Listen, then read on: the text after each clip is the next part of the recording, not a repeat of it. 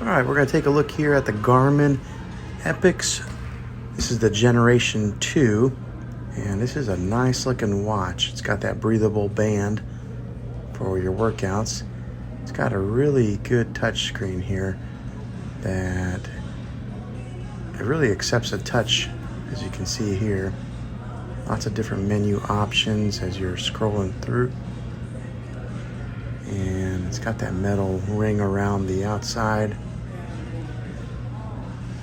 Very intuitive. Here are some of the features that this thing has. 16 days on a charge. And here's what the buttons look like on the side, and where you would charge it up on that side as well. Yeah, good looking watch here. This is one of the more expensive ones on the Garmin side. 3 buttons here on this side.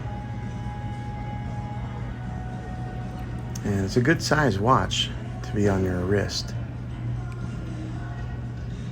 Garmin does a pretty good job making smart watches and for people who work out and run.